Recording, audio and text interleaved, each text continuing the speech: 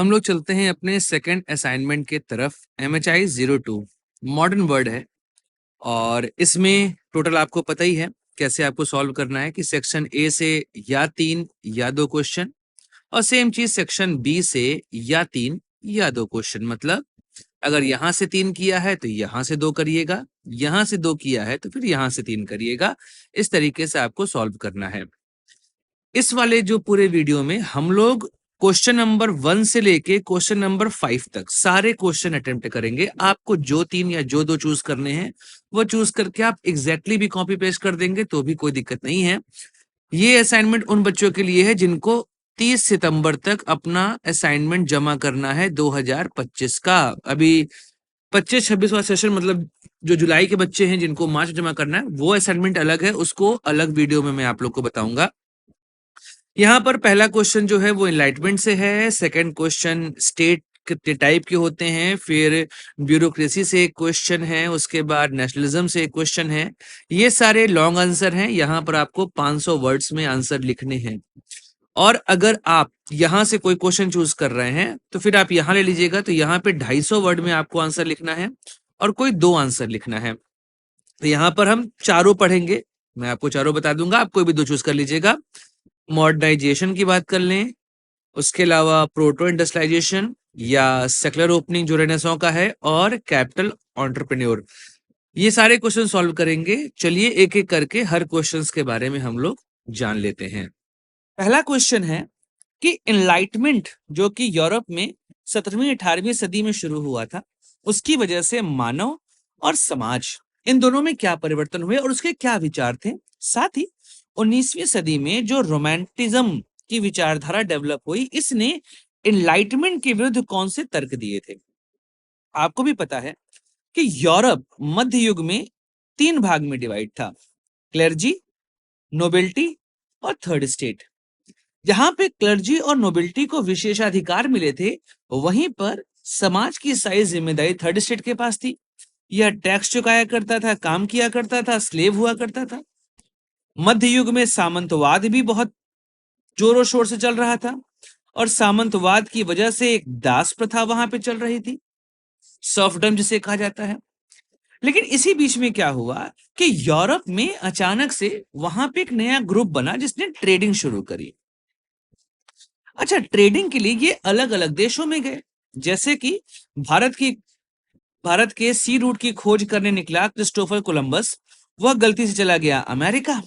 तो इस तरीके से यूरोपियंस को अमेरिका जाने का रास्ता मिल गया। बाद में 15वीं सदी के अंत में वास्को डी गामा, उसने भारत के लिए जाने वाला सी रूट डिस्कवर कर लिया। ऐसे में भारत से ट्रेडिंग शुरू हो गई और जब ट्रेडिंग शुरू होती है तो दुनिया के कई सारे लोगों के बीच में जो विचार डेवलप हुए हैं उनका आदान प्रदान होता है। इस वजह से आप देखेंगे 17वीं 18वीं सदी में यूरोप में धीमे धीमे वह विचार आने लगे और वहां पर एनलाइटमेंट हुआ, एक तरह का बौद्धिक आंदोलन हुआ। उसने वहां के समाज में सुधार किए और एक नई दिशा प्रदान करी उस समाज को। यहाँ पर तर्क, विज्ञान, मानव विवेक, इन सभी को महत्व दिया गया। इसी आंदोलन ने वहां पर आधुनिक लोकतंत्र, व्यक्तित्ववाद और वैज्ञानिक सोच की नींव रखी। लेकिन जब यह बहुत ज्यादा इन्फ्लुएंस का सोसाइटी को, तभी डेवलप हुआ एक नया आंदोलन, उसे कहा गया रोमांटिक आंदोलन, जिसने कहा कि जो एनलाइटमेंट है, जो प्रबोधन है, वो बहुत ज्यादा तर्क प्रधान है, बहुत मशीनरी है, यांत्रिक है, उसमें ह्यूमन इमोशंस के सेंस नहीं है। इसलिए हमें ह्यूमन इमोशंस को वहां पर ऐड करना है। इस वजह से इन्होंने बहुत मशीनी होने की वजह से एनलाइटमेंट का विरोध करना शुरू किया, उसके विरुद्ध तर्क दिए। पहले बात करते हैं कि प्रबोधन अर्थात एनलाइटमेंट के प्रमुख तर्क क्या थे। इन्होंने कहा कि जो समाज है वहां पे ट्रेडिशन को फॉलो करने की जगह की, ये ट्रेडिशन बना हुआ है उसी को फॉलो करते चलना है, उसकी जगह पर उन्होंने कहा कि हमें तर्क करने चाहिए कि आखिर यह कार्य क्यों हो रहा है, किस लिए हो रहा है। जॉन लॉक जैसे नए सिद्धांतवादी आ चुके थे, मॉन्टेस्क्यू, इन लोगों ने समाज को बदलने की व्यवस्था करी और एक नया विचार वहां पर दिया। अब इस तरीके से जो विचारक थे एनलाइटमेंट एज के, इन लोगों ने कहा कि मानव जीवन की जितनी समस्याएं हैं, अगर उनको सॉल्व करना है तो आपको अपने विवेक और वैज्ञानिक सोच यह लानी पड़ेगी। जब तक यह नहीं लाएंगे तब तक डेवलपमेंट पॉसिबल नहीं है। अंधविश्वास, परंपरा, धार्मिक रूढ़ियां, इन सब की वजह से समाज केवल पीछे जाना चाहिए। हमें हमेशा तर्क के आधार पर आगे बढ़ना चाहिए, मतलब तर्क को ही अपना स्टीयरिंग व्हील मानना चाहिए, उसी के आधार पर समाज का निर्माण होगा। इन लोगों ने इंडिविजुअल लिबर्टी के बारे में बहुत बातें करी कि कोई भी व्यक्ति बंधा नहीं है। एक तरीके से सामाजिक ताने बाने को स्वीकार करने से इन लोगों ने मना कर दिया था। तो जॉन लॉक हो गए, रोसो हो गए, इन लोगों ने व्यक्तिगत स्वतंत्रता की बहुत मांग करी। कहा कि व्यक्तिगत स्वतंत्रता, अधिकार, समानता मतलब लिबर्टी, इक्वलिटी, इन दोनों कॉन्सेप्ट्स को बहुत डेवलप किया और इसी वजह से लोकतंत्र और ह्यूमन राइट्स, इसकी जो आधुनिक अवधारणा आप देखते हैं वो डेवलप हुई थी। इन लोगों ने शिक्षा, विज्ञान और सामाजिक सुधारों के आधार पे समाज की प्रगति का रास्ता प्रशस्त किया और कहा कि समाज को अगर आगे बढ़ना है तो इन विचारों को स्वीकार करना पड़ेगा, इसके बिना संभव नहीं है। आप जब जॉन लॉक का लिबरलिज्म पढ़ेंगे ना, या रोसो का सोशल कॉन्ट्रैक्ट पढ़ेंगे, या उसके बाद मॉन्टेस्क्यू का स्पिरिट ऑफ लॉज पढ़ेंगे, तो आप देखेंगे किस तरीके से यह समाज की दिशा को निर्धारित कर रहे हैं। इन लोगों ने कहा एक और कॉन्सेप्ट चाहिए, वो है सेक्युलरिज्म, अर्थात धर्म और राजनीति को अलग करना। यहां पे आपने देखा, जैसे मैं आपको बता रहा था कि क्लेर्जी और nobility, first and second year, यह सब राजा को प्रभावित कर रहे हैं। मतलब जो क्लेर्जी है, जो चर्च है, जो प्रीस्ट हैं, वह किंग के फैसले को इन्फ्लुएंस कर रहे हैं। और जब भी राजा धर्म के आधार पर अपनी सत्ता चलाएगा तो वहां पर सेक्युलर कॉन्सेप्ट नहीं होता, हमेशा सत्ता और जो चर्च है, इन दोनों के बीच में अलगाव होना चाहिए। मतलब जो धर्म है और जो राजनीति है, इनको अलग अलग होना चाहिए। इस तरीके से वोल्टायर की बात कर लें, गैलीलियो की बात कर लें, इन सब ने कॉन्सेप्ट दिया था और वह कॉन्सेप्ट कह रहा था कि हमें राजनीति और धर्म को अलग अलग करना चाहिए। पर गैलीलियो को इसके लिए बहुत उलाहनाएं सुननी पड़ी थी। आगे चल के जब जॉन लॉक ने कॉन्सेप्ट दिया कि हमें डिवाइन नेचर ऑफ किंग को साइड लाइन करना चाहिए, मतलब राजा वो भगवान के बराबर है, इस थॉट प्रोसेस को अलग करेंगे तब जाके हमें यह चीजें समझ में आएगी। और फ्रेंच रेवोल्यूशन इसका एक बहुत बड़ा सेंटर पॉइंट बना था। इन लोगों ने कहा कि चर्च की प्रभुता नहीं होनी चाहिए, धर्म एक निजी क्षेत्र है, मतलब व्यक्तिवादी है। हमें यह देखना है कि धर्म कभी भी सरकार को इन्फ्लुएंस ना करे, इसलिए सरकार और धर्म को अलग होना चाहिए। और यहां से सेक्युलरिज्म का कॉन्सेप्ट डेवलप हुआ। यह भी एनलाइटमेंट की एक प्रमुख जीत मानी जाती है। इसके अलावा सोशल कॉन्ट्रैक्ट और गवर्नमेंट की जो सत्ता बने, जो शासन करे, वह सहमति के आधार पर बने, अर्थात लोग चुने अपने लोगों को। इस बात को रोसो और लॉक ने डिफाइन किया था। जहां पर रोसो ने कहा था सोशल कॉन्ट्रैक्ट में कि एक डेमोक्रेसी होनी चाहिए, रिप्रेजेंटेशन ऑफ पीपल होना चाहिए। वहीं पर जॉन लॉक ने अपनी बुक में कहा था कि राजा को किसी कॉन्स्टिट्यूशन के अंदर होना चाहिए, मतलब राजा must be control by the constitution. तो एक कॉन्सेप्ट कॉन्स्टिट्यूशनलिज्म का आया था और एब्सोल्यूट नेचर ऑफ किंग, इसको खत्म होना चाहिए और एक लोकतांत्रिक शासन की व्यवस्था यहाँ पर होनी चाहिए।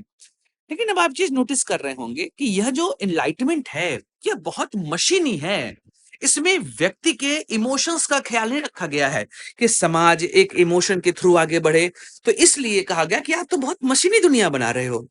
हमें मशीनी दुनिया नहीं चाहिए, हमें अपने संस्कार, अपनी संस्कृति, अपनी परंपरा, इन सब को साथ लेकर डेवलपमेंट करना चाहिए। तो यहीं से 18वीं और 19वीं सदी में क्या हुआ, एक नया आंदोलन शुरू हुआ और यह आंदोलन कहलाया रोमांटिक आंदोलन या रोमांटिज्म कहते हैं। इसमें जैसे आपने ग्रिम ब्रदर्स के बारे में पढ़ा होगा, ग्रिम ब्रदर्स ने क्या किया था कि वह उस समय प्रशिया हुआ करता था और जर्मन लैंग्वेज जहां लोग बोलते थे, ये लोग क्या करते थे, गांव गांव घूमकर कहानियां इकट्ठा किया करते थे और इन कहानियों को एक बुक के फॉर्म में पब्लिश किया। वो कहानी कही थी फोक टेल्स, बैलेड्स कहा जाता था। तो वो फोक टेल्स जनता के पास जाएगा, जनता क्या अपने रूट से जुड़ेगी उन कहानियों के माध्यम से। इन्होंने कहा कि हर समय तर्क के आधार पर जिंदगी नहीं चलती है, हमें मानवीय भावनाओं, कल्पना, इंट्यूशंस, इन सब को ध्यान में रखना चाहिए। इनकी अनदेखी करके आगे बढ़ोगे ना, सक्सेस नहीं मिलेगी। तो केवल तर्क के आधार पर एक तरफा जीवन आप नहीं बनाओ, यांत्रिक जीवन अर्थात मशीनी जीवन नहीं बनाओ। तो यह पहला इनका आलोचना होती थी। उसके अलावा रोमांटिक विचारकों ने यह भी कहा कि हमें प्रकृति और आध्यात्मिकता को भी महत्व देना चाहिए। केवल विज्ञान और प्रयोग के आधार पर जिंदगी चलाओ, कैसे चलेगी जिंदगी। हमें यहाँ देखना चाहिए कि प्रकृति का जीवन सौंदर्य कैसा है, आध्यात्मिक विचार कैसे हैं। अगर आप केवल ये देखो कि तर्क देख रहे हो, तो ऐसे कंडीशन में आप कभी भी नेचर को समझ नहीं पाओगे। And without understanding the nature you can not live very good life. आपको हमेशा ध्यान रखना पड़ेगा कि नेचर के साथ ही मनुष्य आगे बढ़ेगा। अब एक जो महत्वपूर्ण चीज थी वो थी क्रिएटिविटी और इंडिविजुअलिटी की। रोमांटिक विचारों का कहना है कि भाई हर एक व्यक्ति अद्वितीय है, उसके अपने तर्क होंगे, अपने विचार होंगे, अपनी कल्पनाएं होंगी। आप केवल एक नियम और शर्तों के आधार पर कि भैया यही शर्तें नियम होने चाहिए, उसके आधार पर उनको बांध नहीं सकते हो। कला, साहित्य, संगीत, भावनाएं, कल्पना, इन सब का महत्व होता है एक मानव जीवन में। और इतिहास और परंपरा का सम्मान करना चाहिए कि हमें उन्हें बाधा के तौर पर नहीं देखना चाहिए। हमें उन गलतियों से सीख लेकर आगे बढ़ना चाहिए, उन विरासतों को आगे पास करना चाहिए। अदरवाइज तो हम एक तरीके से जड़ काट रहे हैं अपनी, और जड़ विहीन वृक्ष कब तक खड़ा रहेगा। दैट्स वाई लोगों ने कहा कि इतिहास और परंपरा को भी हमें बराबर महत्व देना चाहिए। और साथ ही समाज को यांत्रिक अर्थात मशीनी आधार पे मत देखो, यहाँ पे भावनाएं देखो, सांस्कृतिक मानवीय रिश्ते देखो, एक समाज का ताना बाना देखो। सिर्फ ऐसा नहीं कि नहीं नहीं नहीं यही होता है, ऐसे ही करेंगे, ये तर्क है, ये विज्ञान है, ये नहीं है, वो नहीं है, ऐसे जिंदगी नहीं चलती है। हमें देखना है ह्यूमन का इमोशन, क्योंकि without emotion you can not build society. यह बात वहां पर पूरे तरीके से रोमांटिक विचारक कहते थे। तो जहां पर एक तरफ एनलाइटमेंट विचारकों ने एक डेमोक्रेटिक, साइंटिफिक और एक लिबरल सोसाइटी की नींव रखी, वहीं पर इनका जो बहुत ज्यादा तर्क प्रधान होना, यांत्रिक दृष्टिकोण होना, यह वहां की भावनाओं को, संस्कृतियों को, आध्यात्मिक प्रत्ययों को अनदेखा कर रहा था। इसको संतुलित करने के लिए रोमांटिक आंदोलन की शुरुआत हुई थी। तो ये ऐसे आंसर लिखेंगे तो आपको बहुत बहुत बढ़िया नंबर मिल जाएगा। राज्य के विभिन्न सिद्धांतों की विवेचना करिए। याद रखिए कि मानव जीवन का सबसे महत्वपूर्ण संगठन है राज्य। बिना स्टेट के एक ह्यूमन लाइफ सही ट्रैक पे नहीं चल सकती, क्योंकि अगर आपको सिस्टम बनाना है, सुरक्षा प्रदान करनी है, न्याय व्यवस्था रखनी है, इन सब के लिए राज्य की आवश्यकता पड़ती है। लेकिन राज्य बना कैसे, इसको लेके अलग अलग समाजशास्त्रियों के, अलग अलग विचारकों के विचार अलग हैं। तो ऐसे में ही हम लोग समझेंगे कि आखिर राज्य की उत्पत्ति के कितने विचार हैं, चिंतकों ने क्या क्या यहाँ पर बात कही है, और आधुनिक विचार में आप राज्य किसे कहेंगे, इसको भी अंत में मैं आपको बताऊंगा। तो अगर हम राज्य के विषय में देखें तो एक कोई भी मानव जीवन है, बिना राज्य के उसका अस्तित्व नहीं है। राज्य आपको व्यवस्था देता है, सुरक्षा देता है और न्याय प्रदान करता है। तो इस समाज में जो संगठन बन रहा है, उसके पीछे का जो मुख्य आधार है वह राज्य बन जाता है। तो राज्य की उत्पत्ति, स्वरूप और उद्देश्य, इसको लेके बहुत सारे चिंतकों ने बहुत से विचार दिए हैं। अलग अलग सिद्धांत हमारे पास है, आइए उन सिद्धांतों को देखते हैं। एक सिद्धांत जो मध्य युग का सबसे प्रसिद्ध सिद्धांत है वह है डिवाइन ओरिजिन थ्योरी। मतलब राज्य की उत्पत्ति ईश्वर की इच्छा से हुई है, ईश्वर ने चाहा तो राज्य बना, और इसलिए जो शासक है, जो राजा है, उसको कहा गया कि यह ईश्वर का प्रतिनिधि है। जैसे अकबर ने जिल्ले इलाही इस वर्ड का यूज किया था, मतलब द शैडो ऑफ गॉड। इसके अलावा जो यूरोप है, वहां पर भी किंग खुद को गॉड के इक्विवेलेंट ही मानता था। इसीलिए आपको याद होगा कि जिस समय जॉन लॉक ने अपनी बात कही थी, जॉन लॉक ने कहा था कि I refuse the concept of divine nature of king. राजा के ईश्वर होने का सिद्धांत मैं नहीं मानता। तो इसलिए शासक को इस सिद्धांत में ईश्वर का रिप्रेजेंटेटिव या प्रतिनिधि माना गया है, और जो वो कह रहा है वही होगा, उसकी बातों को चुनौती नहीं मिल सकती। इसीलिए इसके लिए एक वर्ड डेस्पोटिक भी यूज हुआ करता था, कि डेस्पोटिक रूल ना। तो मैं ही ब्रह्मा, मैं ही विष्णु, मैं ही महेश, मैं लंकेश, जब यह सिद्धांत हो तो उसे कहते हैं डिवाइन नेचर। मेनली मध्य युग में, चाहे आप एशिया की बात करें, चाहे यूरोप की बात करें, वहां पर आपको यही सिद्धांत दिखाई देगा, जहां पर राजा को ईश्वर का प्रतिनिधि माना गया है। बहुत से लोग कहते हैं कि जो अशोक ने देव नाम प्रिय वर्ड यूज किया था, उसको भी आप जोड़ सकते हैं कि ये अर्ली नेचर है राज्य का, जहां पर किंग को गॉड के बराबर माना जा रहा है, लेकिन वहां पर रिप्रेजेंटेटिव ना मान के गॉड का प्रिय माना गया है, उसका प्यारा माना गया है। लेकिन जिल्ले इलाही का मतलब होता था कि वहां पर द शैडो ऑफ गॉड, मतलब ईश्वर की छाया। तो सीधे तौर पर यह तर्क और प्रमाण के अभाव में पैदा हुआ है और यह निरंकुश शासन अर्थात डेस्पोटिक नेचर को प्रमोट करता है। फिर आता है पैट्रियार्की थ्योरी कि राज्य का उद्भव परिवार से हुआ है। बिल्कुल इसको आप खारिज नहीं कर सकते हैं कि राज्य का उद्भव परिवार से ही हुआ है, लेकिन परिवारवादी व्यवस्था और जो राज्य का शासक है यह दो अलग चीजें हैं।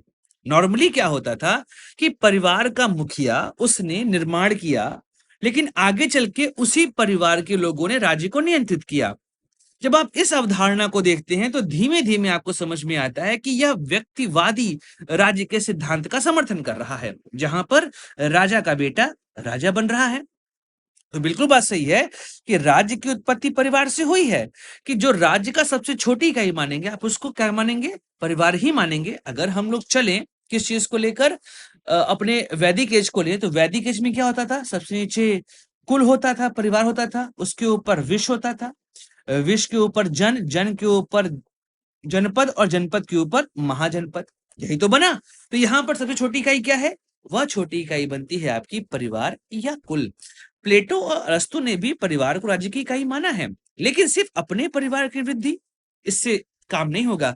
आपको आर्थिक, सामाजिक, राजनैतिक और सामाजिक इन कारणों को भी ध्यान में रखना पड़ेगा। बिना इनको काउंट किए आप ये नहीं कह सकते हैं कि सिर्फ परिवार ही राज्य निर्माण का महत्वपूर्ण कारण है। एक है बल थ्योरी अर्थात फोर्स थ्योरी, जहां पर जो पावरफुल है वो राज्य का निर्माण करेगा। देखिए बहुत से लोग इस बात को सत्य भी मानते हैं और बात सही भी है कि कई बार ऐसा हुआ है कि राज्य का निर्माण बलपूर्वक करने का प्रयास किया गया है, लेकिन वह बलपूर्वक राज्य तभी तक चलेगा जब तक सत्ता पे बैठा व्यक्ति बलशाली है। जिस दिन वो बलशाली नहीं रहेगा, राज्य टूट जाएगा, राज्य खत्म हो जाएगा। तो कई लोग ऐसा मानते हैं कि शक्तिशाली लोगों ने दुर्बलों पर विजय प्राप्त करी, अपनी सत्ता स्थापित करी और राज्य की रचना करी।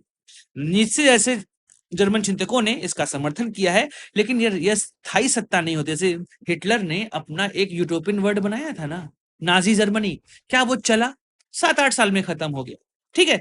उसके अलावा आप देखेंगे तो जार निकोलस सेकंड रशिया, वह भी खत्म हो गया जिस समय व्लादिमीर लेनिन ने क्रांति करी थी 1917 में। उसके बाद क्या हुआ जार निकोलस का, उसको अपनी सत्ता छोड़नी पड़ी। लुई 16वां, जब फ्रांस में रेवोल्यूशन हुआ उसके बाद लुई 16वें को राज्य छोड़ना पड़ा, अंत में उसका गिलोटिन हो जाता है, मार दिया जाता है उसको।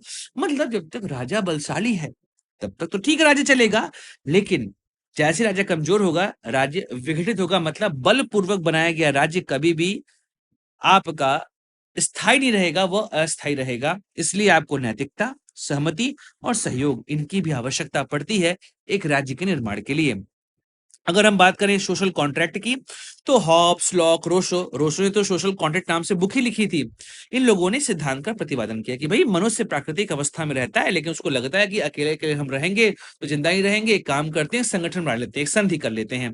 तो जब ऐसे ही शांति और सुरक्षा के लिए संधि होती है तो वहां से राज्य की स्थापना होती है और लोग अपनी स्वतंत्रता जो है एक शासक को सौंप देते हैं, वह शासक उनके बिहाफ में रूल करता है। जबकि जॉन लॉक ने कहा कि जो वहां पे शासक है वह लोगों के लिए काम करना शुरू करता है, उनके अधिकारों की रक्षा करता है। इसीलिए जॉन लॉक को फादर ऑफ लिबरलिज्म भी कहा है। वहीं पर रोसो ने सोशल कॉन्ट्रैक्ट में कहा है कि जो सोवरेंटी है वो पीपल के पास रहेगी और लोकतंत्र, एक अर्ली लोकतंत्र का आपको आइडिया, क्योंकि इस सोशल कॉन्ट्रैक्ट थ्योरी में रिप्रेजेंटेशन ऑफ पीपल की बात भी की गई है कि वह चुनेगा अपने लोगों को।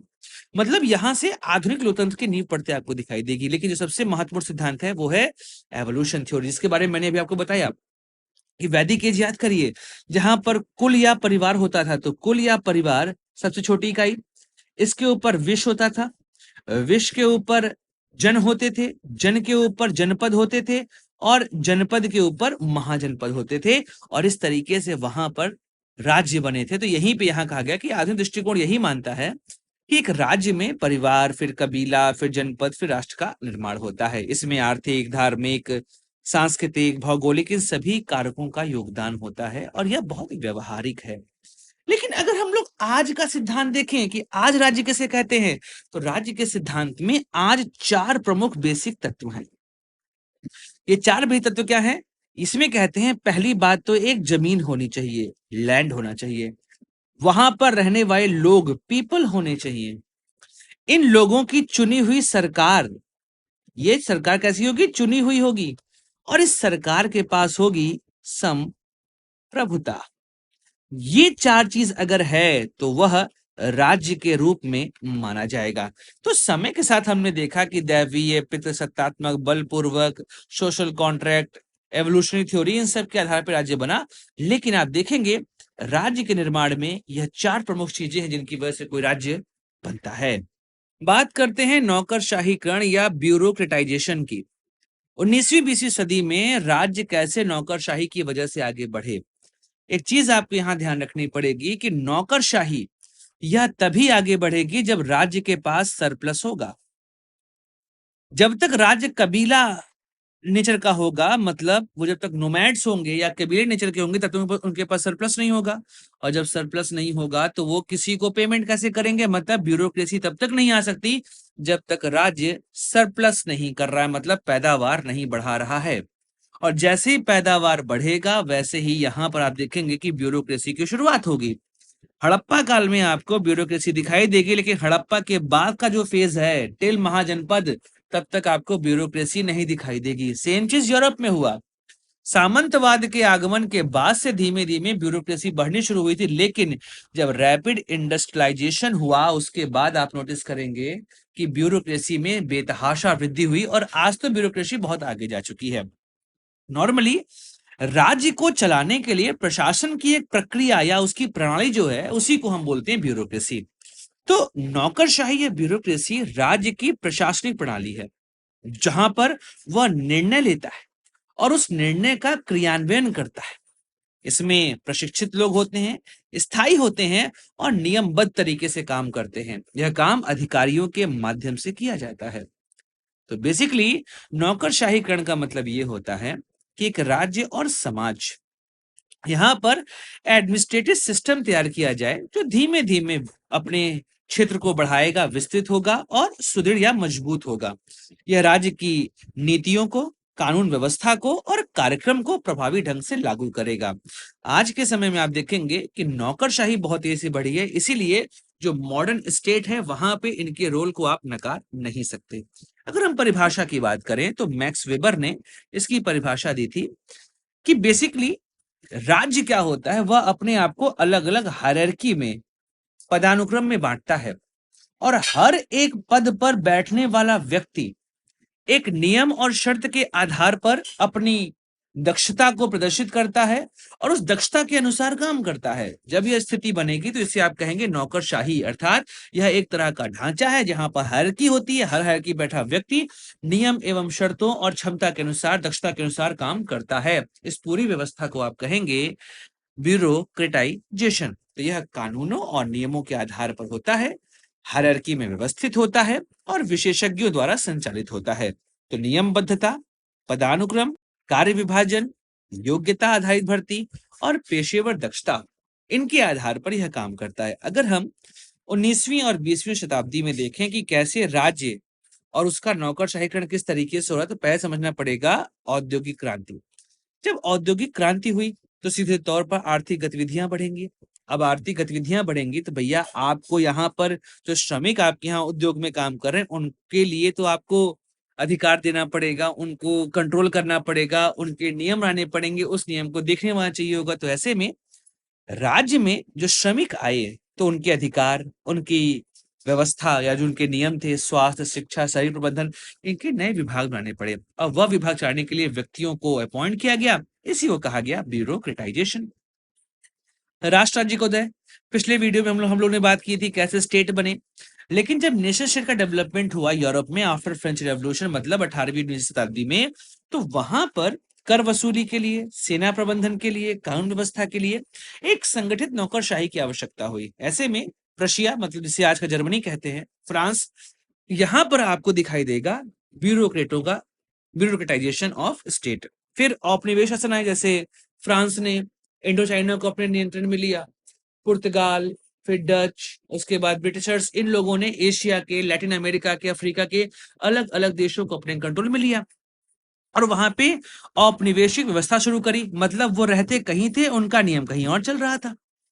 ये अपने नियमों के आधार पर इस देश को चला रहे थे और इस देश को चलाने के लिए भाई यहां से नियम चलाना है, इस देश पर चलाना है, तो आपको एक व्यक्ति चाहिए ना जो आपके यहाँ के नियम यहाँ लागू करवाएगा। तो ऐसे में एक विशाल प्रशासनिक ढांचा खड़ा किया गया। इसके तहत जैसे इंडिया में भारत के लिए आईसीएस शुरू किया गया, जिसने भारत में ब्यूरोक्रेटाइजेशन के एक सिस्टम को बना दिया।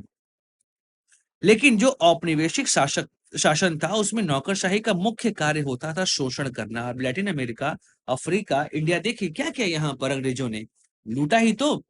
लेकिन हाँ, इसने एक आधुनिक प्रशासन की नींव रखी कि जब देश आजाद हुए उन्होंने उसी व्यवस्था को कंटिन्यू किया। फिर 20वीं सदी में जब देश आजाद होना शुरू हुए, फर्स्ट और सेकंड वर्ल्ड वॉर हो गया, तो पुलिस स्टेट का सिस्टम जो है वो खत्म हो गया। मतलब अब राजा नियंत्रित नहीं करेगा। कहने का मतलब अब एक नया स्टेट बनेगा जो कि वेलफेयर के नाम पर होगा, जहां पे लोगों के लिए शिक्षा, स्वास्थ्य, रोजगार, जो वेलफेयर सिस्टम है, सामाजिक सुरक्षा है, इनको लागू करने के लिए एक विशाल नौकरशाही चाहिए थी। तो ये चीजें सरकारों ने शुरू करी और नागरिकों के जीवन में हस्तक्षेप, लेकिन यह हस्तक्षेप सकारात्मक था, उस तरीके से यहाँ पर शुरू किया गया। फिर 20वीं सदी में फिर जो बवेरियन मॉडल आया, वहां पर यह कहा गया कि हम परीक्षा लेंगे, मतलब प्रतियोगी परीक्षाएं होंगी, संस्था प्रशिक्षण देगी और पेशेवर योग्यता को चेक किया जाएगा, तब जाकर एक अच्छी ब्यूरोक्रेसी का निर्माण होगा। लेकिन ब्यूरोक्रेसी आने की वजह से दक्षता तो बढ़ी, लेकिन रेड टेपिज्म अर्थात लाल फीताशाही कि जो ब्यूरोक्रेट है वो ये सोचता है कि मैं ही तो देश चला रहा हूं, इस चक्कर में जनता से दूरी देखी गई और वेलफेयर स्टेट के नाम पे पुलिस स्टेट तो खत्म हुआ, लेकिन रेड टेपिज्म शुरू हो गया। लाल फीताशाही का सबसे खतरनाक एग्जाम्पल है भारत 1991, जब रिफॉर्म किया गया था। इसके पीछे कहानी यही था कि सरकार निर्धारित करती थी कि आखिर सामान कितना बनना है। तो इस समय चूंकि भारत ने अपनी इकोनॉमी को एक तरीके से केवल इंटरनल इकोनॉमी चल रही थी, हमें दुनिया से बहुत मतलब नहीं था, लेकिन लाल फीताशाही ने इतना कंट्रोल किया कि इंडिया की अर्थव्यवस्था पूरी तरीके से डिक्लाइन हो गई। दैट्स वाई क्या हुआ कि इसके बाद 1991 में रिफॉर्म किया गया। रिफॉर्म का मुख्य उद्देश्य यही था कि कैसे भी करके भारत की अर्थव्यवस्था को वापस से पटरी पर लाया जाए। और जब ये रिफॉर्म हुआ तो जो भारत की रेड टेपिज्म की दिक्कतें थी ना, वो काफी हद तक कंट्रोल हुई। लेकिन अभी भी आप देखेंगे रेड टेपिज्म का बहुत बड़ा इशू आपको देखने को मिल जाएगा। तो ये सबसे बड़ा इशू होता है रेड टेपिज्म का, कि एक तरीके से अमानवीय तरीके से काम करता है। और इस वजह से मार्क्स विचारकों ने ये कहा कि यह एक नया तंत्र बना है, जो सामंतवाद का नया रूप यहाँ दिखाई दे रहा है और ये शासक वर्ग का एक तरह से समर्थन कर रहा है। समाजशास्त्रियों ने इसके अमानवीय और मशीनरी होने की बहुत आलोचना करी है। तो सीधे तौर पर आप ये कह सकते हैं कि 19वीं-20वीं शताब्दी में नौकरशाही का जो उदय हुआ वह औद्योगिक क्रांति, राष्ट्र राज्य, उपनिवेशवाद और वेलफेयर स्टेट के नाम पे शुरू हुआ। इसको संगठित किया गया, नियमबद्ध बनाया गया, पेशेवर बनाया गया। लेकिन जो इसमें लोग आए, उन लोगों ने अपने कठोर व्यवहार, अमानवीय चरित्र और शोषणकारी पहलुओं की वजह से बहुत आलोचना भी झेली है। लेकिन ये कह सकते हैं कि अगर नौकरशाही को सही तरीके से नियंत्रित किया जाए तो हम लोग एक अच्छे स्टेट की स्थापना कर सकते हैं। क्वेश्चन में पूछ रहा है कि कृषि आधारित समाज जब औद्योगिक समाज में परिवर्तित हुआ तो राष्ट्र और राष्ट्रवाद के उदय के लिए कौन सी परिस्थितियां उत्पन्न हुई। अब आप ये समझिए कि जो मध्य युगीन यूरोप हुआ करता था, वहां पे एग्रीकल्चर बेस्ड सोसाइटी होती थी। इस सोसाइटी का कंट्रोल होता था फ्यूडल्स के पास, और ये जो प्रोसेस है इसे बोलते थे फ्यूडलिज्म, जहां पर लैंड ग्रांट सिस्टम होता था। लैंड ग्रांट सिस्टम ये हुआ करता था। इन फ्यूडल्स के कंट्रोल में दास होते थे, जिनको सर्फ्स कहा जाता था, एग्रीकल्चर स्लेव्स। और ये सर्फ्स जिस तरीके से काम करते, इस दास प्रथा को बोलते थे सर्फडम। इन फ्यूडल्स के पास अपना एक लैंड हुआ करता था, ऐसे यहां पर इनका घर होता था, इसको मैनर बोलते थे। इसी के आसपास इनकी जमीन हुआ करती थी। यहाँ पर कॉटेज, जहां पर सर्फ्स रहते थे, और यहाँ पर इरिगेशन का पूरा मेथड होता था। और ये जो पूरा सिस्टम है इसको बोलते थे मैनर सिस्टम। ये जो पूरी लैंड है, ये लैंड इन फ्यूडल्स को ग्रांट किया है किसने? किंग ने, वहां के राजा ने। और ये लोग इसी सर्फ्स का यूज करते थे एज एन आर्मी। जब भी वॉर होता था तो ये इनको यूज करते थे और किंग को सपोर्ट करते थे। लेकिन जैसे जैसे समाज में परिवर्तन आया, क्या आया परिवर्तन? पहला तो रेनेसां हुआ। रेनेसां के अलावा नई इंडस्ट्रीज, मतलब इंडस्ट्रियल एज की शुरुआत है, इंडस्ट्रियल रेवोल्यूशन हुआ। और जो सर्व्स हैं, इन सर्व्स के लाइफ में भी परिवर्तन आया, क्योंकि इंडस्ट्री की वजह से ये लोग लेबर बनना शुरू किए। अब चूंकि जब ये लोग सर्व्स थे उस समय इनके पास किसी भी तरह के अधिकार नहीं थे, राइट्स नहीं थे।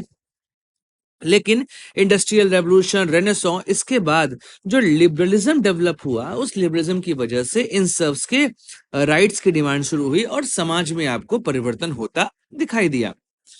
अब ये जब परिवर्तन होगा, ये एक तरह की अवधारणा पैदा करेगा और वह अवधारणा कहलाएगी राष्ट्र की अवधारणा। अगर मैं आपको राष्ट्र की अवधारणा बताऊं, तो राष्ट्र या जिसको नेशन कहते हैं आप, ये एक ऐसा कॉन्सेप्ट है जो कि किसी तरह के कॉमननेस की वजह से जनरेट होता है। कॉमननेस होगा। कॉमननेस क्या क्या हो सकता है? क्या क्या चीजें कॉमन होंगी? उसमें लैंग्वेज हो सकता है, कल्चर हो सकता है, एथनिसिटी हो सकती है। निर्जाति इसको बोलते हैं, एथनिसिटी मतलब एक जैसे सिस्टम को फॉलो करने वाले लोग। इन सब कॉमन थॉट्स की वजह से एक तरह की फीलिंग जनरेट होगी और वह फीलिंग आपसी जुड़ाव को समर्थन करेगी। तो लैंग्वेज, कल्चर, एथनिसिटी, इसकी वजह से जो कॉमन फीलिंग वहां जनरेट हुई, उसकी वजह से उदय होता है राष्ट्र का।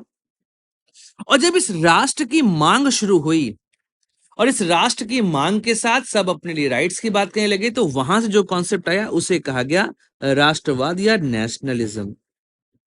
और ये समझिए कि 17वीं शताब्दी के बाद से यह यूरोप में आपको लगातार देखा गया। आप फ्रांस, जर्मनी, इटली, यूके, इन सब जगहों पे आप राष्ट्रवाद का उदय देखेंगे। और यह शुरुआत करता है फ्रांस 1789 में, जब वहां पे फ्रेंच रेवोल्यूशन शुरू होता है। तो जान लेते हैं आंसर क्या होगा यहां पर, कि 18वीं 19वीं शताब्दी में जब औद्योगिक क्रांति की शुरुआत हुई, तो समाज की संरचना में परिवर्तन हुआ, उत्पादन पद्धति चेंज हुई, मतलब प्रोडक्शन चेंज हुआ, और उस वजह से सामाजिक संबंध में परिवर्तन देखने को मिला। अब जो कृषि प्रधान समाज है वो कैसा था? सामंती समाज, जो मैंने यहाँ बताया आपको, फ्यूडल सोसाइटी। वह समाज उद्योग प्रधान समाज की आधुनिकता से, क्योंकि उसमें राइट्स की डिमांड कर रहे हैं, डेमोक्रेसी की बात कर रहे हैं, लिबरलिज्म की बात कर रहे हैं, उससे अपने आप को मैच नहीं करवा पाया। क्योंकि सामंती प्रथा में दासवाद जो सिस्टम है या दास प्रथा जो है, वो दासों को अधिकार देने की बात नहीं करती। जबकि हम बात करते हैं उद्योग प्रधान समाज में, वहां पर क्या होता है कि हम राइट्स की बात करते हैं। कौन कौन राइट? सोशल, सोशल, इकोनॉमिकल और पॉलिटिकल, ये सारे राइट्स मिलने लगे। दैट्स वाई यहां पर क्या हुआ कि इस समाज से यह समाज कभी भी मैचअप नहीं कर पाया, कि ये कभी भी राइट्स अर्थात अधिकार की बात नहीं करते थे। तो इस वजह से राजनीतिक और सांस्कृतिक चेतना भी आई। सीधी बात है, पैसा आएगा तो विचारशील दुनिया हो जाती है। और यह जो सांस्कृतिक चेतना है, राजनीतिक चेतना है, इसने राष्ट्र और राष्ट्रवाद का उदय वहां पर किया। अब आप देखेंगे कि कृषि समाज से कैसे औद्योगिक समाज की ओर रूपांतरण हुआ। जैसे मैंने आपको बताया कि जो फ्यूडल सोसाइटी है वो ग्रामीण और कृषि आधारित होती थी। सत्ता जो है वो विकेंद्रित थी, क्योंकि मैं बताया आपको कि किंग जो है वो लैंड ग्रांट कर रहा है फ्यूडल्स को। अब किंग का ये पूरा एरिया है, उसने क्या किया, अपने जो बहुत विश्वास पात्र थे उनको, ये किंग हो गया, उसने अपने विश्वास पात्र को ऐसे लैंड ग्रांट कर दी। तो इसका मतलब कई सारे यहाँ पर क्या होंगे, राजा, राजा के साथ रहने वाले सामंत होंगे, जिनके पास अपना अधिकार होगा और यह राजा को सहयोग करेंगे। और जब राजा कमजोर होगा तो यह सामंत अपने आप को इंडिपेंडेंट डिक्लेयर कर देंगे। ठीक है, तो सीधे तौर पर क्या है कि यहाँ पर सत्ता का विकेंद्रीकरण आपको देखने को मिल रहा है। यहाँ पर स्थानीय सरदार और सामंत के पास भी शक्तियां हुआ करती थी। संचार और परिवहन का अभाव हुआ करता था। भाई ये दूसरे से बात नहीं करते थे बहुत ज्यादा। इस वजह से कई बार देखा गया है कि एक सामंत और दूसरे सामंत के ऊपर जब अटैक हो रहा है तो कोई मदद करने को नहीं आ रहा है।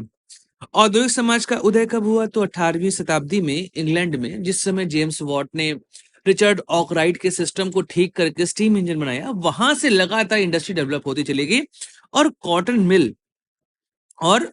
मिल की शुरुआत हुई। अब ये जो मैनचेस्टर में कॉटन मिल बनी, उसकी वजह से धीमे धीमे इंडस्ट्रियल डेवलपमेंट जो है वो देखने को मिलने लगा। फिर शहर बनने शुरू हुए, कारखाने उभरे और जनसंख्या जो भी तक ग्रामीण क्षेत्रों में रह रही थी वो शहरी क्षेत्रों की आना शुरू हो गई। तो एक नया वर्ग बना, श्रमिक वर्ग। और याद रखिए, जो इंडस्ट्रियलिस्ट है और जो लेबर है इनको मैनेज करने के लिए एक और वर्ग बना, इसे कहा गया मध्यम वर्ग। और आगे चल के मार्क्स इनको बोर्गोजीज का नाम दिया, बुर्जुआ कहते हैं इनको हिंदी में। एक नया सामाजिक वर्ग अस्तित्व आया जो इंडस्ट्रीज के लिए काम करके इनको कंट्रोल करता था, मध्यम वर्ग इसी को कहा गया।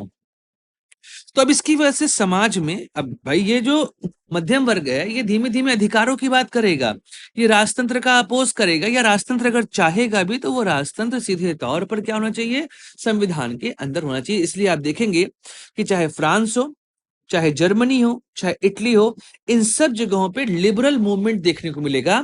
1848 में फ्रैंकफर्ट पार्लियामेंट वाला जो पूरा इशू है वो यही है, और 1789 में जो फ्रेंच रेवोल्यूशन हुआ था उसके पीछे की भी कहानी यही है। और यहाँ पर ये फ्रेडरिक सॉरियो की इमेज आप देख रहे हैं जो कि 1848 में उन्होंने पेंट की थी। यह भी आपको लिबरल सोसाइटी की ओर बता रहा है, क्योंकि ये लिबर्टी का सिंबल है, और लिबर्टी का मतलब होता है जहां पे काम करने की आजादी होती है। और ये सभी देश धीमे धीमे करके लिबर्टी के सिंबल की ओर बढ़ रहे हैं। फ्रांस, यूएसए, स्विट्जरलैंड पार कर चुके हैं। जर्मनी फ्रैंकफर्ट पार्लियामेंट फेल हुआ था, लेकिन उसके बाद जब वहां पे दोबारा से रेवोल्यूशन हुआ 1871 में, वहां पे ऑटोमन बिस्मार्क आया, उसने वहां पर डेवलपमेंट किया और जर्मनी का एकीकरण किया। इसके पीछे आपको इटली दिखाई दे रहा है और उसके पीछे पोलैंड और बाकी देश फॉलो कर रहे हैं। यहाँ पर आप देख रहे होंगे ये सैटर्ड सिंबल ऑफ क्राउन है, जिसका मतलब होता है कि राजतंत्र का अंत होना शुरू हो चुका है, और इनको ब्लेस कर रहे हैं जीजस और उनके साथ जो एंजल्स हैं। तो ये एक तरीके से लिबरलिज्म या नेशनलिज्म का कॉन्सेप्ट डिफाइन करता है। इसके अलावा आर्थिक एकीकरण हुआ। अब भाई आपको सामान बेचना है, आप देख रहे थे सामंतवादी सिस्टम में क्या है, सब अलग अलग है, लेकिन जब शहर बनने लगे तो इनके बीच में रिलेशंस बनने डेवलप हुए। तो आर्थिक एकीकरण, जैसे आप एग्जाम्पल देखेंगे 1830 में जोल्वरिन नाम का एक संघ बना था। जोल्वरिन नाम का एक संघ बना था, ये जर्मन संघ था जो कि 32 करेंसियों को बंद करके उसकी जगह पे केवल 2 करेंसी चलाया था, जिसकी वजह से ट्रेड अचानक से बढ़ने लगा था। और कमोबेश यही काम जो है वो नेपोलियन बोनापार्ट ने भी किया था। उसने गिल्ड सिस्टम को खत्म कर दिया था। गिल्ड मतलब एक तरह की मोनोपोली ट्रेड पर, उन्होंने इसको खत्म करके सबको काम करने की आजादी दे दी थी।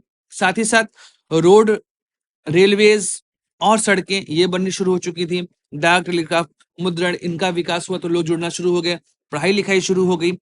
एक राष्ट्रीय अर्थव्यवस्था का उदय वहां पर देखने को मिलता है, और एक सामूहिक चेतना का विकास हुआ जो देश के बारे में बात कर रही है, ना कि इंडिविजुअलिटी के बारे में बात कर रही है। तो सामाजिक गतिशीलता आई, सामंती बंधन टूटे, नई आर्थिक भूमिकाएं मिली, नए प्रोफेशन शुरू हुए, लॉयर, उसके अलावा टीचर, इस तरह के नए सिस्टम वहां पे या नए प्रोफेशन शुरू हो गए थे, और इन प्रोफेशंस ने वहां पे नेशनलिज्म की फीलिंग को डेवलप किया था। श्रमिक वर्ग धीमे धीमे अपने अधिकारों के लिए आने लगे, तो इसकी वजह से क्या हुआ कि वहां पे यूनियंस बनने शुरू हुए।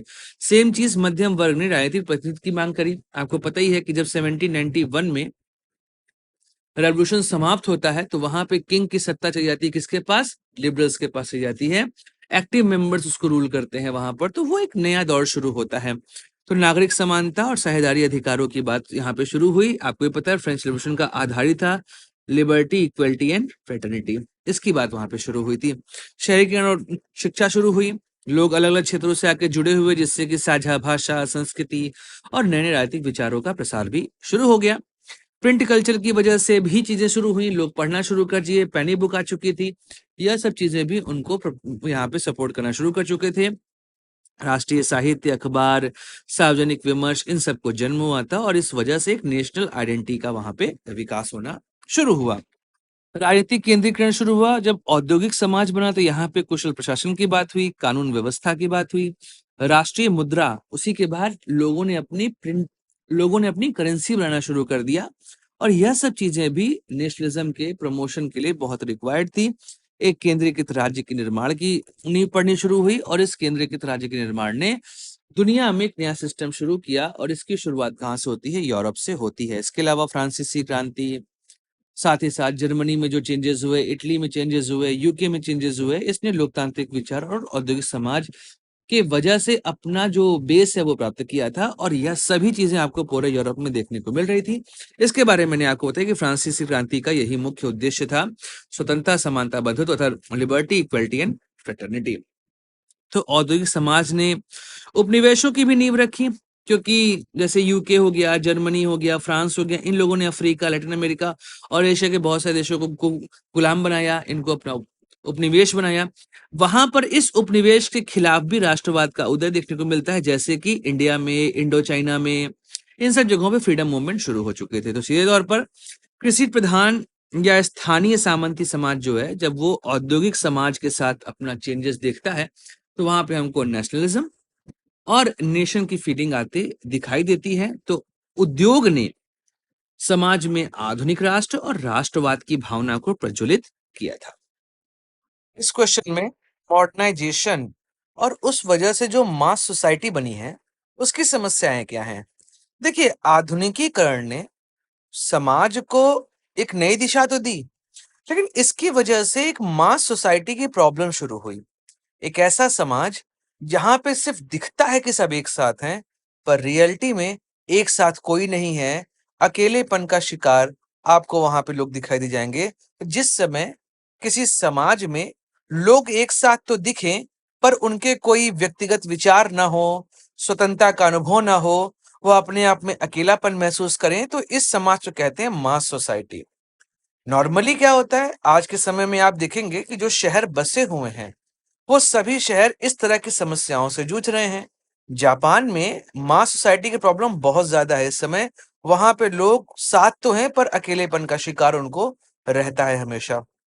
एक्चुअली जब फ्यूडल समाज से मतलब जो मध्ययुगीन यूरोप था, वहां से समाज धीमे धीमे परिवर्तित होने लगा because of the industrial revolution.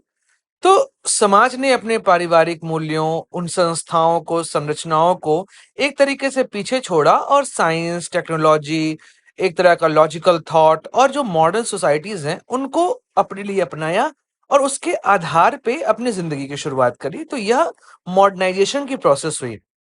लेकिन औद्योगिक क्रांति की वजह से समाज में यह दिखाई दिया कि लोग इकट्ठा तो हो गए, लेकिन उन लोगों के अंदर एक तरह का भय, अकेलापन, यह सब चीजें वहां पर देखने को मिल जाती हैं। तो आधुनिकीकरण जो है, मॉडर्नाइजेशन, वह प्रक्रिया है जिसके माध्यम से समाज पारंपरिक मूल्यों, संस्थाओं, संरचनाओं से तो आगे बढ़ जाता है और अपनाता है विज्ञान, प्रौद्योगिकी, तर्क और आधुनिक संस्था को।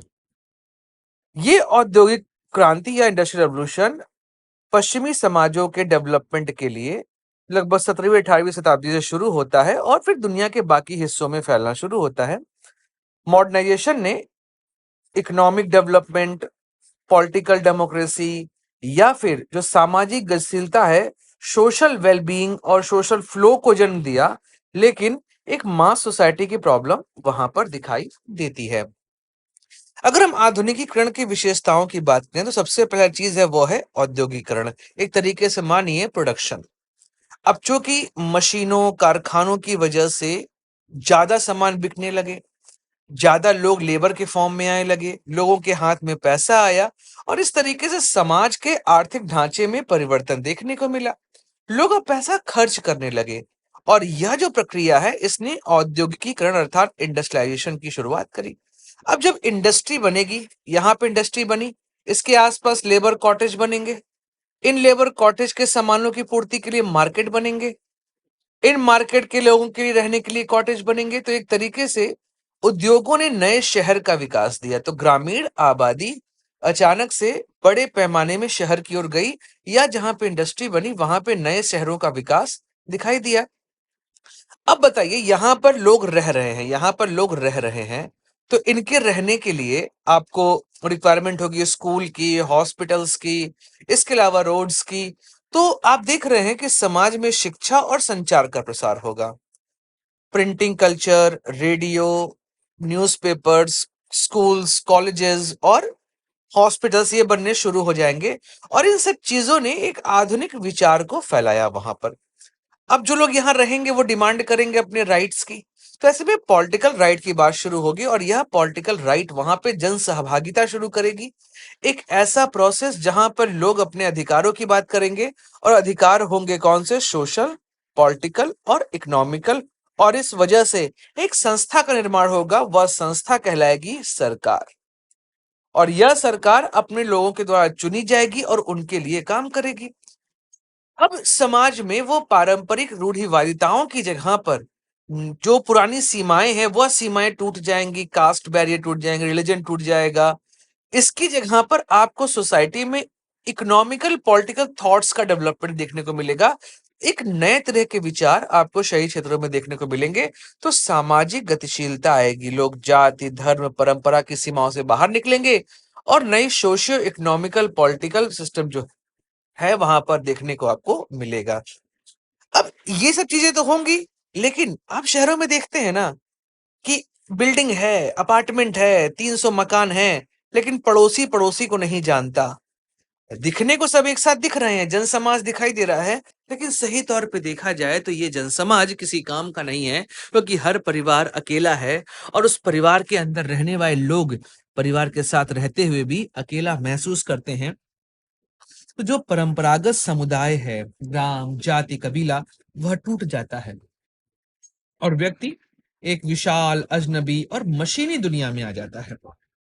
यहाँ पर अकेलापन, परायापन, असुरक्षा की भावना, यह सब अनुभव करता है। ये देखिए, आप आज समय देख रहे होंगे समाज में जो ये मास सोसाइटी की प्रॉब्लम ये लगातार फैलती जा रही है और मोबाइल क्रांति ने इस चीजों को और आगे बढ़ा दिया है। अब तो अकेलापन लगातार बढ़ता जा रहा है, डिप्रेशन, ये चीजें आ रही हैं। ऑर्टेगा वाई गॉसेट की बात करें या कॉन हाउरेस की बात करें, इन लोगों ने कहा कि जो आधुनिक युग है इसमें मास सोसाइटी की समस्या बहुत बड़ी समस्या है, इसको हमको डील करना पड़ेगा। तो क्या क्या चीजें हैं? परायापन। अब जा रहे हैं, सुबह उठे 5 बजे, नहाए धोए, खाना पीना खाए, 8 बजे ऑफिस के लिए निकल गए, जाके काम किए, शाम को 6 बजे लौटे, आए, खाए पिए, सो गए। दुनिया से कोई मतलब नहीं, समाज से कोई मतलब नहीं। सैटरडे और संडे अपने परिवार के 2 लोगों को लेके चले गए मॉल घूमने, मॉल घूम के वापस आ गए। आपको पता ही नहीं चल रहा है कि आप अकेलेपन के शिकार होते जा रहे हो और जब कोई दिक्कत आई आपके आसपास कोई नहीं है देखने का। तो यह जो सिस्टम है इसकी वजह से जो लेबर क्लास है वो काफी परेशान होने लगा। तो औद्योगिक और शहरी जीवन में व्यस्त आदमी अपनी सांस्कृतिक जड़ों से कटने लगता है, सामाजिक जड़ों से कटने लगता है। मार्क्स ने भी श्रमिक वर्ग की सबसे बड़ी समस्या इसी को कहा था।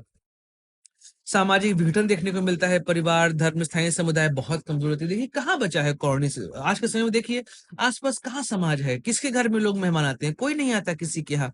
अब सब चीजें औपचारिक और यांत्रिक हो गई, मशीनी हो गया है। मास साइकोलॉजी हो जाता है, मतलब लोग अपना थॉट छोड़कर क्या करते हैं, जो समाज सोच रहा है वही सोच रहे हैं। देखिए ना सोशल मीडिया में इस समय अगर किसी को गालियां देनी है तो 20 लोग गाली दे रहे हैं, वो नहीं देख रहे हैं क्यों गाली दी जा रही है, लेकिन गाली दे रहे हैं। तो बेसिकली क्या है, ये जो पीआर मैनेजमेंट है, अपनी थॉट का खत्म हो जाना है, भेड़ चाल जिसको कहते हैं, वह भेड़ चाल इस समय आपको सोसाइटी में दिखाई देगी। और जब भेड़ चाल होती है ना, जब अपनी थॉट प्रोसेस खत्म हो जाता है, तो वहीं पर फांसीवाद और तानाशाही का जन्म होता है। संचार के माध्यम का अभाव, आप देखिए आज समय सोशल मीडिया जो है वो प्रोपेगेंडा का साधन हो गया है। उपभोक्तावाद, मतलब आप हमेशा देख रहे हैं कि अरे यार ये खरीद लूं, वो खरीद लूं, ऐसे रह लूं, वैसे रह लूं।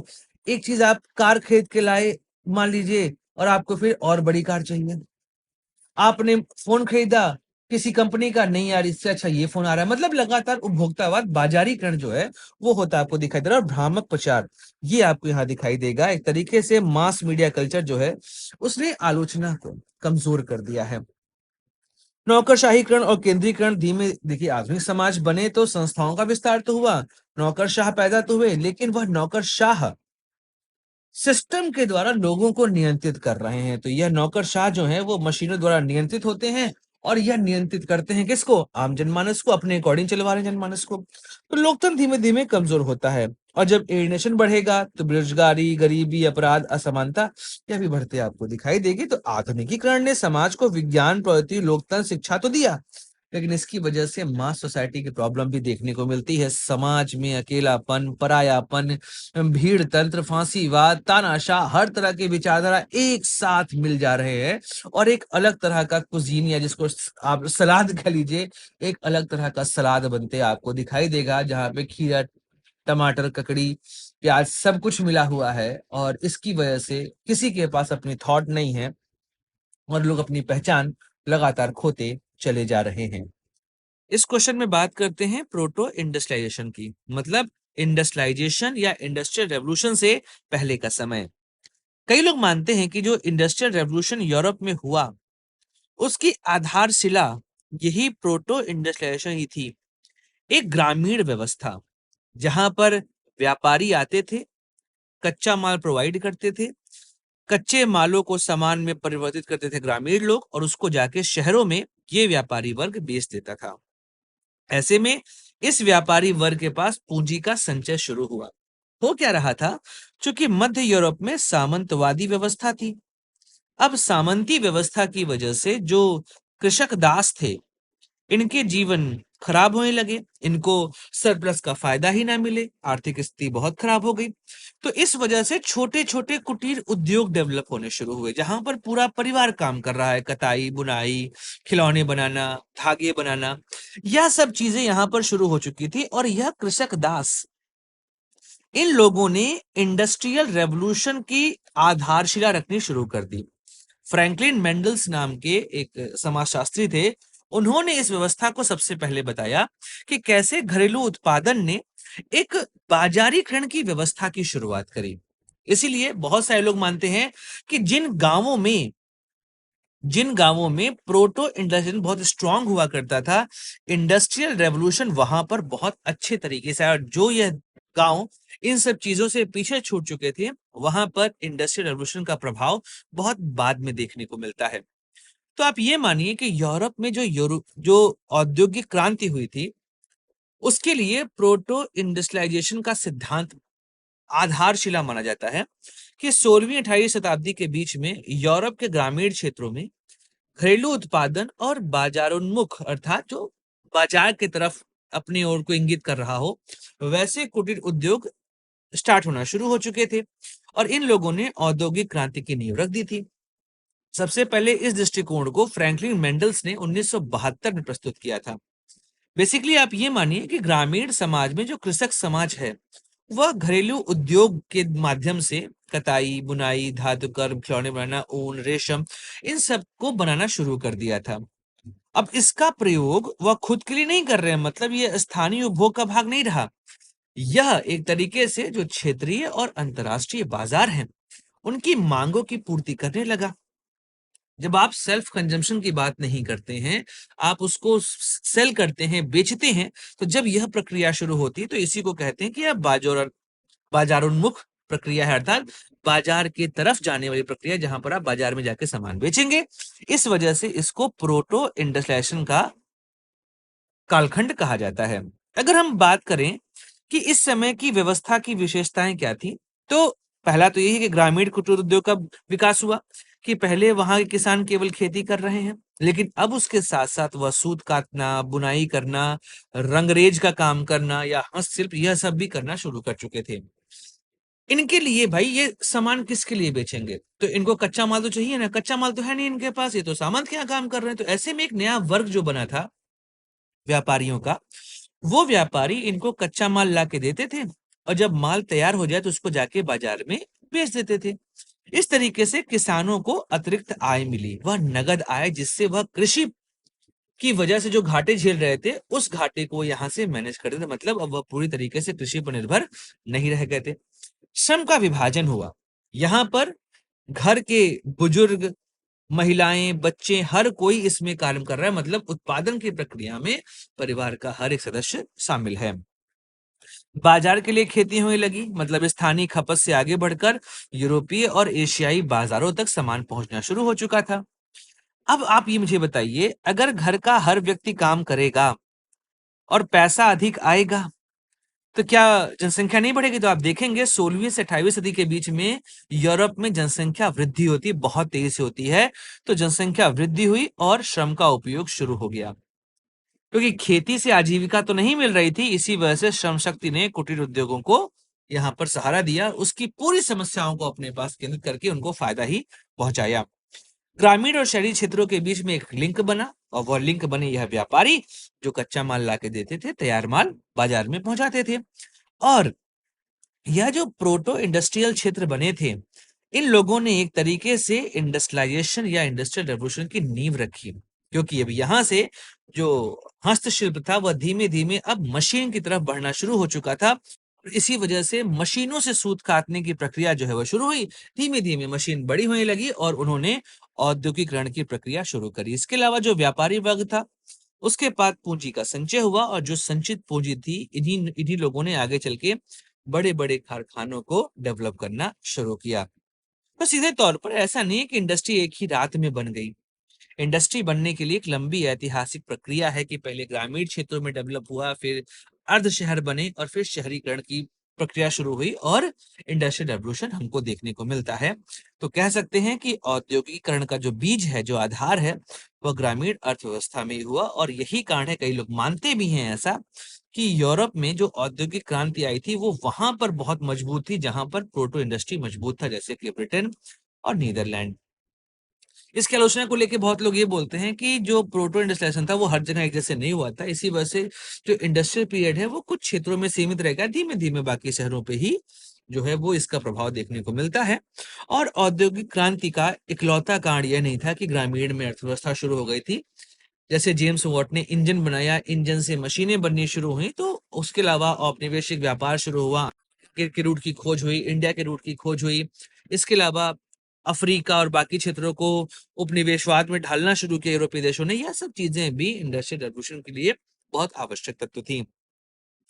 तो अब आप ये कह सकते हैं कि यह जो औद्योगिक क्रांति है, जब यह आई उसके बाद भी कई गांवों में प्रोटो इंडस्ट्री बनी रही, तो इसको आप संक्रमण काल, ट्रांजिशन फेज कहकर केवल नहीं खारिज कर सकते हैं, इसकी अपनी इंडिपेंडेंट आइडेंटिटी भी है। सिर्फ ऐसा नहीं कहिए कि इंडस्ट्रियल रेवोल्यूशन के लिए यह कारक जिम्मेदार है। हाँ, एक कारक हो सकता है, लेकिन अन्य कारक भी इंडस्ट्रियल रेवोल्यूशन के लिए बहुत जिम्मेदार यहाँ पर दिखाई देते हैं। लेकिन हाँ, यह बात सही है कि जहां जहां पर कुटीर उद्योग अच्छे थे, वहां वहां पर औद्योगिक क्रांति का प्रभाव हमको देखने को मिलता है। बात करते हैं रेनेसां की। और ये रेनेसां का नेचर कैसे सेकुलर था, धर्मनिरपेक्ष था। इन दोनों को पहले अलग अलग समझाता हूँ, फिर जोड़ के इसके विषय में समझेंगे। देखिए, रेनेसां अर्थात पुनर्जागरण, आपको पता है कि जो मध्यकाल था यूरोप का, उस मध्यकाल में दो तरह की व्यवस्थाएं थी। एक तो सामंती व्यवस्था थी, लेकिन इसके अतिरिक्त चर्च, इसका भी रोल बहुत ही ज्यादा प्रगाढ़ था पूरे यूरोपीय साम्राज्य में। राजा और चर्च यह मिलकर नियंत्रित करते थे पूरे यूरोप को। अब आपको पता है कि जो पूरा यूरोपीय समाज था वो तीन भाग में डिवाइड था। जहां पे फर्स्ट स्टेट इसको क्लर्जी कहते हैं, सेकंड स्टेट इसको नोबिलिटी कहते हैं, और थर्ड स्टेट जहां पर आम नागरिक रहते थे। यहाँ पर चर्च और नोबिलिटी, सारा नियंत्रण इन्हीं के पास है। और ये लोग क्या करते थे, टैक्स वसूलते थे। किससे? थर्ड टीयर से या थर्ड स्टेट से। यहां तक कि चर्च को भी टैक्स लेने का अधिकार था। तो मतलब यह है कि समाज में चर्च धीमे धीमे अपनी स्थिति को और मजबूत करता जा रहा था और राजा को उसका नियंत्रण मिला हुआ था। यहां तक कि कई बार चर्च या पादरियों ने राजा को निर्णय लेने के लिए भी दबाव डाला। और यही कारण है कि सोसाइटी में चर्च के खिलाफ एक माहौल बनना शुरू हो चुका था। और इसी समय दुनिया के साथ कनेक्शन भी यूरोप का हुआ, ट्रेडिंग चालू हुई, तो धार्मिक संगीनताएं जो हैं वो धीमे धीमे खत्म होने लगी। और इसके अलावा वहां पर लोगों को लगा कि अब हमें नए विचार की ओर जाना पड़ेगा, तो एक मानव केंद्रित, तर्कशील और धर्मनिरपेक्ष चिंतन वहां पर शुरू हुआ। और यही धर्मनिरपेक्ष चिंतन उस समाज में रेनेसां की नींव लेकर आया। मेनली जो रेनेसां है, इस रेनेसां के पीछे तीन प्रमुख कारण हैं। पहला कारण तो रेनेसां का है, वह है कि वहां पर ट्रेडिंग अर्थात व्यापार की शुरुआत हुई। और व्यापार सिर्फ यूरोप के अंदर नहीं, यूरोप के बाहर भी, और इसे आप सी ट्रेडिंग कह सकते हैं। सेकंड नंबर पे मार्टिन लूथर, इन्होंने जिस तरीके से प्रोटेस्टेंट रिफॉर्म किया, इस रिफॉर्म में परिवर्तन आया। थर्ड जो है वो है प्रिंटिंग टेक्नोलॉजी। प्रिंट कल्चर ने वहां पर चीजों को बहुत हद तक परिवर्तित किया। और यह तीन ऐसी चीजें हैं जिन्होंने वहां पर रेनेसां की नींव रखी। और इस सब से जुड़कर आगे बढ़ता है इंडस्ट्रियल रेवोल्यूशन। इसने सामंती व्यवस्था को भी और चर्च व्यवस्था को भी पूरे तरीके से खत्म किया। प्रिंटिंग कल्चर ने तो सबसे अधिक परिवर्तन लाया था पूरे यूरोपीय समाज के अंतर्गत। तो अगर हम देखें तो 14वीं शताब्दी से लेकर 16वीं शताब्दी तक यूरोप में पुनर्जागरण होता है। यह नवजागरण जो प्राचीन ग्रीको रोमन ज्ञान है, संस्कृति है, उसको दोबारा से जीवित किया। और जो मध्ययुगीन संकीर्णताएं थी या ईसाई चर्च का वर्चस्व था, इसको खत्म किया और वहां पे ह्यूमन सेंट्रिक रीजनल या लॉजिकल और एक सेकुलर थॉट की ओर अग्रसर किया। आप इसी परिवर्तन को जहां पर राजा और चर्च अर्थात शासन व्यवस्था और धर्म यह दोनों जब अलग हुए, मतलब धर्म का प्रभाव शासक पर नहीं पड़ रहा है, शासक धर्म से अलग होकर डिसीजन ले रहा है, तो इस व्यवस्था को ही हम कहते हैं धर्मनिरपेक्ष उद्घाटन या सेकुलर ओपनिंग। और यह व्यवस्था पूरे यूरोप को बदल के रख दी थी। जैसा हम लोगों ने यहाँ पे चर्चा करी कि मध्यकालीन युग जो है यूरोप का, वहां पर चर्च और धर्म यह सब कुछ कंट्रोल करता था। मतलब कि सेंटर में है रिलीजन और उसके आउटसाइड जो है वो एडमिनिस्ट्रेशन है। मतलब ये हो गया रिलीजन और ये हो गया एडमिनिस्ट्रेशन। लेकिन जैसे जैसे रेनेसां हुआ, रेनेसां की वजह से क्या हुआ, परिवर्तन हुआ। अब क्या हुआ, एडमिनिस्ट्रेशन हो गया सेंटर पे और रिलीजन हो गया आउटसाइड, मतलब बाहरी पेरिफेरी के तौर पर हमको देखने को मिलता है क्या, वहां पर रिलीजन। तो सीधे तौर पर उस समय के समाज में शिक्षा, दर्शन, कला, राजनीति और सामाजिक संरचना यह ईसाई धर्म की रूढ़ियों से प्रभावित थी। व्यक्ति की स्वतंत्रता, तर्कशीलता, इसको महत्व नहीं दिया जाता था। लेकिन समय के साथ नए विचार और चिंतन समाज में आने शुरू हो चुके थे। अब इस पुनर्जागरण ने वहां पे मानवतावाद, ह्यूमनिज्म को शुरू किया और इसमें मानव को केंद्र में रखकर जीवन की व्याख्या की जाने लगी। अब मानव ईश्वर का दास नहीं है, जबकि वह तर्क शक्ति और रचनात्मकता अर्थात क्रिएटिविटी को उसके अकॉर्डिंग वो आगे बढ़ रहा है। ऐसा नहीं कि मानव, एक्चुअली एक सिद्धांत चलता था ईसाई धर्म में कि मानव को इसीलिए धरती पर भेजा गया है क्योंकि प्रभु चाहता है कि वह यहाँ पर आके कष्ट भोगे और कष्ट भोग कर वो पवित्र होगा और फिर वापस वो हेवन में आएगा। इस व्यवस्था को अब मानने से मना कर दिया कि ईश्वर के दास व्यवस्था नहीं है, यहाँ पर मनुष्य स्वतंत्र रूप से विचार कर सकता है। धार्मिक प्रभुत्व को चुनौतियां भी मिलनी शुरू हो गई। चर्च की निरंकुश सत्ता जो है उसको प्रश्नों घेरे में लाया गया। वैज्ञानिक और दार्शनिक चिंतन यहाँ पर आना शुरू हुआ। इस वजह से धार्मिक अंधविश्वास का विरोध बढ़ गया। कॉपरनिकस, उन्होंने जो ओल्ड टेस्टामेंट में लिखा हुआ था कि पृथ्वी सेंटर है इस पूरे यूनिवर्स का, उसको बदल के कहा कि नहीं, ये जियोसेंट्रिक नहीं, हीलियोसेंट्रिक मॉडल है। ऐसे ही गैलीलियो ने, इन्होंने भी चर्च की मान्यताओं का खंडन किया। फिर प्रिंट कल्चर के आने की वजह से कला और साहित्य, इनका धर्मनिरपेक्ष रूप हमारे सामने आना शुरू हुआ। अब धार्मिक विषयों पर ही नहीं, मानव जीवन, प्रकृति, सांसारिक सौंदर्य, इसको भी लिखा जाना शुरू किया गया। दांते डिवाइन कॉमेडी लिखा। इसके अलावा पेट्रॉक, शेक्सपियर जैसे इतिहासकारों ने मानवीय भावनाओं को भी महत्व देना शुरू किया साहित्य के अंदर। Leonardo da Vinci, Michael Angelo, इन लोगों ने कला को भी अलग तरीके से दिखाना शुरू किया और ह्यूमन सेंट्रिक बिहेवियर इनके रचना में दिखाई देता है। वैज्ञानिक दृष्टिकोण, इनको डिफाइन करना शुरू किया गया। प्राकृतिक घटनाओं को ईश्वर की जगह पर, धर्म की जगह पर, उसके पीछे के जो वैज्ञानिक आधार है उसको बताना शुरू किया गया। तो यह सब चीजें आपको एक धर्मनिरपेक्ष चिंतक के तौर पर दिखाई देता है। वहीं पर मैकियावेली की बात कर दी जाए, रूसो की बात की जाए, मॉन्टेस्क, जॉन लॉक, इन्होंने राजनीति और धर्म को अलग रखना शुरू कर दिया था। और शिक्षण और मुद्रण कला, अब प्रिंटिंग कल्चर आया, लोगों के पास पढ़ने का मौका आया, तो ऐसे में समाज के नए वर्ग तक शिक्षा पहुंची और धर्म निरपेक्ष चिंतन का विकास हुआ। बाकी ईसाई धर्म में मार्टिन लूथर ने जो रिफॉर्म किए उसका भी इफेक्ट देखने को मिलता है। तो आपने देखा कि कैसे पुनर्जागरण में मानवतावाद, कला, साहित्य, विज्ञान, राजनीति, शिक्षा, इन परिवर्तनों ने एक तरह की सेकुलर ओपनिंग वहां पर हमको दिखाई और यही आगे चल के सोशल रिफॉर्म, उसके अलावा साइंटिफिक रेवोल्यूशन, एक मॉडर्न डेमोक्रेसी, इन सबको बनते हम वहां पर देखते हैं। और यही कारण है कि पुनर्जागरण के बाद यूरोपीय देशों की वृद्धि अभूतपूर्व हमको दिखाई देती है। टॉपिक है कैपिटलिस्ट एंटरप्रेन्योर। अब एंटरप्रेन्योर क्या होता है? जो अपनी पूंजी को इन्वेस्ट करता है, उससे लाभ कमाता है, मतलब वो जोखिम उठाता है। तो जो भी जोखिम उठाएगा उसे आप एंटरप्रेन्योर कहेंगे। तो यह जो उद्यमी है, इसका रोल मध्यकालीन यूरोप को आधुनिक कालीन यूरोप में कन्वर्ट करने में बहुत बड़ा रहा है। इन्हीं की वजह से यूरोप में आपको चेंजेस देखने को मिलते हैं। इन्होंने जोखिम उठाया, इन्वेस्ट किया, उससे लाभ कमाया और इस वजह से पूरा यूरोप आपको बदलते दिखाई देगा।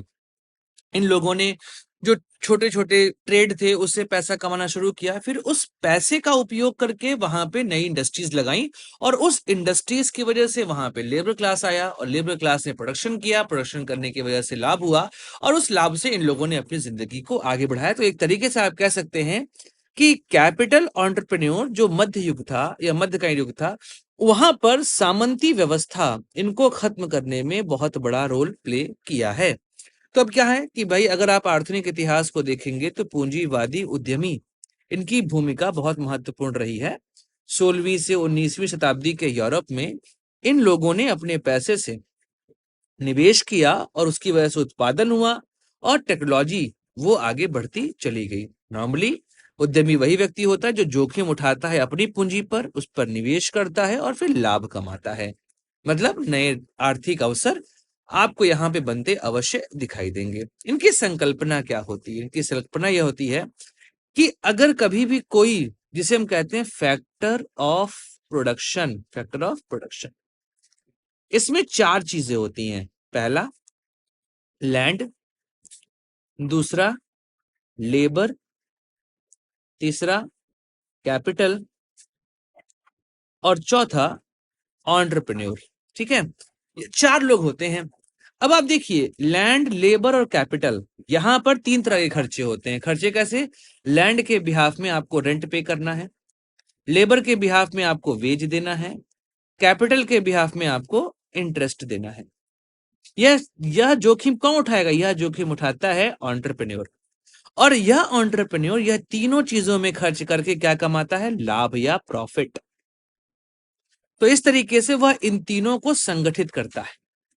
तो सीधे तौर पर उद्यमी या एंटरप्रेन्योर वह है जो भूमि, श्रम और पूंजी इसको संगठित करता है, और उसकी वजह से प्रोडक्शन होता है, और वह प्रोडक्शन वह लाभ के तौर पर अपने पास रखता है। तो बात यही है कि जो नवाचार या इनोवेशन होता है उसके पीछे उद्यमी का बहुत बड़ा हाथ होता है, क्योंकि वह नए उत्पाद, नई तकनीक, नए बाजारों का सृजन करता है। तो पूंजीवादी व्यवस्था में जो उद्यमी है वह सिर्फ व्यापार करने के लिए नहीं आया है, वो लगातार जोखिम बढ़ाते जाता है, प्रतिस्पर्धा करते जाता है, नए अवसर तलाशते जाता है, और क्या कमाता है? लाभ कमाता है। अगर हम बात करें पूंजीवादी उद्यमी की विशेषताओं की, तो पहला तो आपको पता है नवाचार या इनोवेशन, कि वो नई तकनीक अपनाता है, नई विधियों को विकसित करता है, और नए उत्पादों को बाजार में पहुंचाता है, या फिर नए बाजार का निर्माण करता है। जैसे औद्योगिक क्रांति के दौरान आपने देखा वस्त्र उद्योग, कोयला, लौह इस्पात उद्योग, यह सब इकट्ठा हुए। सोचिए, अगर आपको इस्पात या स्टील बनाना है लोहे से, तो आपको कोयला चाहिए, तो कोयला में खनन एक अलग हो गया। लौह आपका आयरन हो गया, वहां भी खनन हुआ, लेकिन इस्पात के लिए आपको इंडस्ट्री चाहिए। उस इस्पात का उपयोग करके वो मशीन बना रहा है, मशीन से फिर कपड़े बना रहा है। तो मतलब कई चीजों को आपस में इंटरलिंक्ड करते आपको उद्यमी या एंटरप्रेन्योर दिखाई देगा। सेकंड है, यह जोखिम उठाता है। मतलब कि अपना पैसा खर्च करता है। भाई अपना पैसा कौन खर्च करना चाहेगा? हर कोई सेविंग चाहता है, लेकिन यह अपना पैसा खर्च करके वहां से कमाना चाहता है, तो यह लाभ कमाता है जोखिम उठाकर। तो एक अनिश्चित लाभ के लिए यह वर्तमान में अपनी पूंजी का निवेश करता है, और जो लाभ कमाया उसको पुनः निवेश करता है, जिससे और फायदा होता है। तो यह प्रक्रिया पूंजीवादी व्यवस्था को गतिशील बनाती है। तो यह पूंजी का संचय की जगह पर पूंजी का इन्वेस्टमेंट करता है, संगठन करता है। जैसे मैंने आपको बताया कि यह इन तीनों चीजों को जोड़ता है। तो यह श्रमिक, पूंजी, कच्चा माल, इनको जुटाकर उत्पादन का संचालन करता है, और सामाजिक श्रम विभाजन और दक्षता में अच्छा खासा परिवर्तन लाते आपको दिखाई देगा।